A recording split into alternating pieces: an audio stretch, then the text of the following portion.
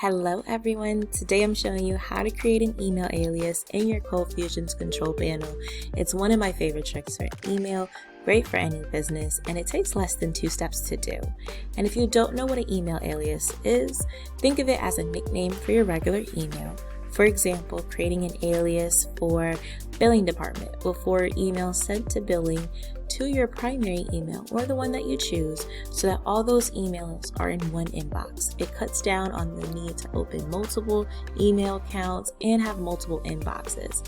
It's probably the best cheat code to email management, and it doesn't require any coding to know how to do.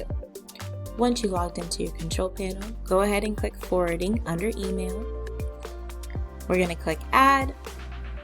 For this example, we'll use billing again and we'll use my email. Click save, and then there you go. That's how you do it. Like I said, it takes less than 2 steps. You're all set. Thank you guys for listening. I'll catch you next time.